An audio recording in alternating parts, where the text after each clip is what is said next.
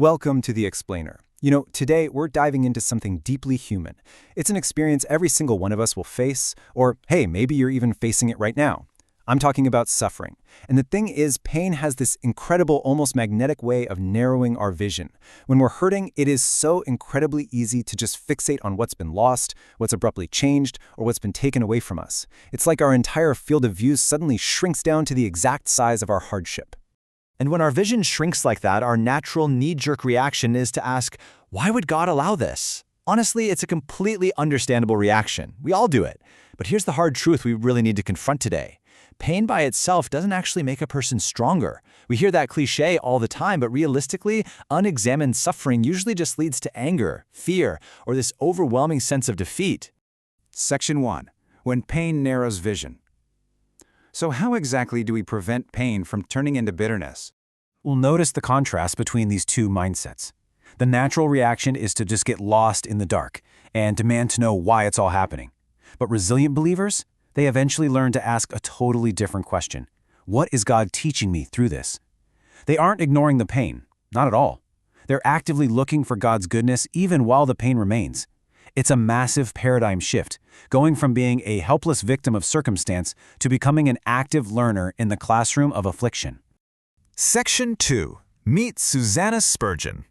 To truly understand what this looks like in the real world, we're going to look at the ultimate case study in resilience. Let's quickly set the stage here. Born Susannah Thompson in London back in 1832, she grew up with this deep, vibrant love for the scriptures. She marries Charles in 1856, right as his ministry is just exploding in popularity. But shortly after this joyous milestone, chronic illness strikes. And even after she's widowed decades later in 1892, her legacy doesn't end. It simply transforms. Now, before the trials began, we really have to understand the foundation she was standing on.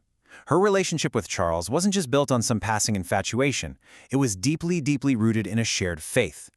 Early on in their courtship, they had this amazing, pivotal conversation over John Bunyan's classic book, Pilgrim's Progress, where Charles gently guided her toward a full assurance of her salvation. He saw in Susannah not just a companion, but a woman of immense spiritual strength and wisdom. They shared this mutual burden for ministry that became the absolute bedrock of their lives together. Section 3. The Crucible of Chronic Illness. And man, that bedrock was about to be tested in ways you literally couldn't imagine.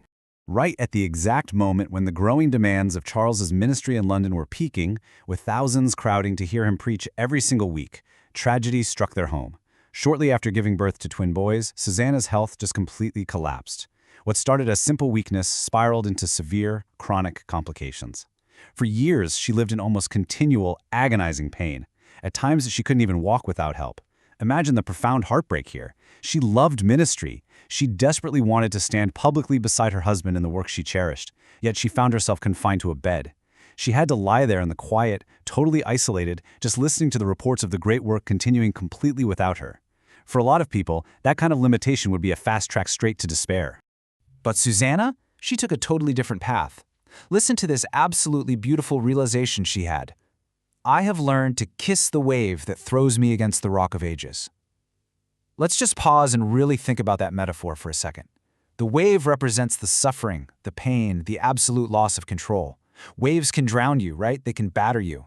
But she realizes that this violent, painful wave is actually throwing her directly into the safety and solidity of Christ, the rock of ages. Her suffering matured her. It literally forced her into a deeper dependence on God than comfort ever could have.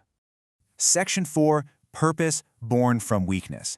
You see, when you're thrown against that rock, you don't just survive. Your whole perspective changes. Her personal experience of confinement and frailty surprisingly birthed an immense, tender compassion for others who were struggling in the shadows. Her new ministry grew incredibly naturally, right out of her own suffering.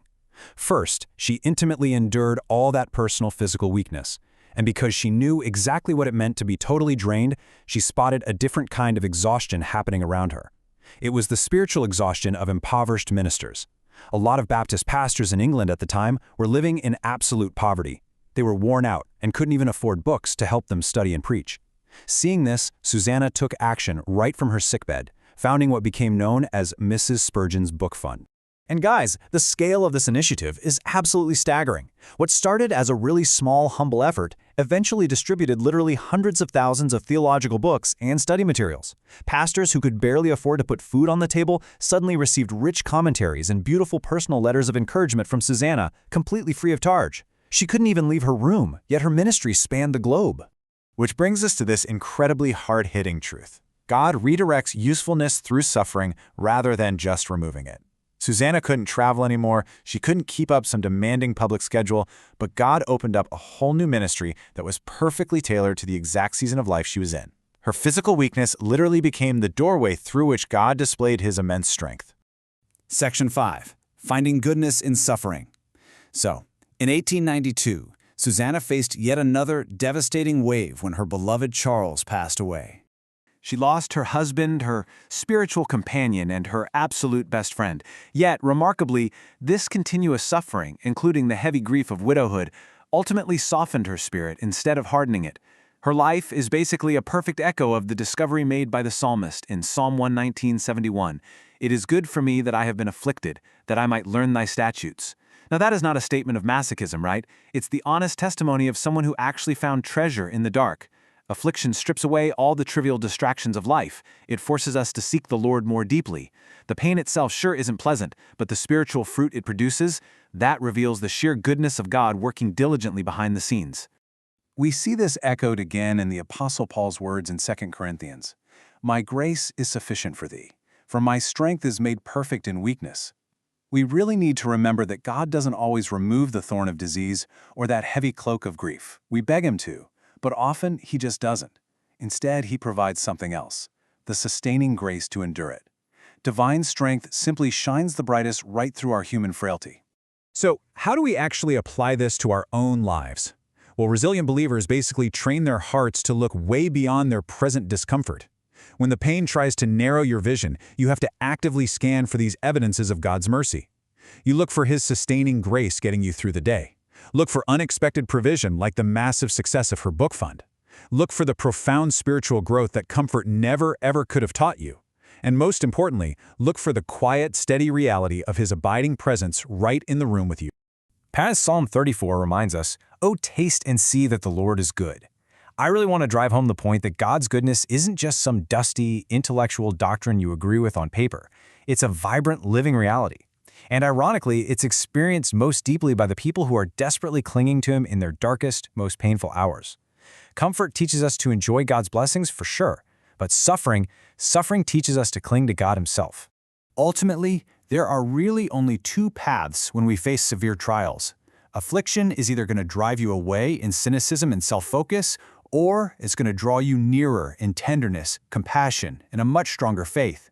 Susannah Spurgeon made a very deliberate choice. She flat out refused to let pain define her view of the Lord. She let it draw her nearer. Which leaves us with a deeply personal question to wrap up our explainer today. When that wave of suffering inevitably hits your life and the pain tries to narrow your vision, what are you going to do? Will you let that affliction drive you away into bitterness? Or will you, like Susannah, let it throw you against the rock of ages and draw you nearer? The choice of where you look in the darkness is entirely yours.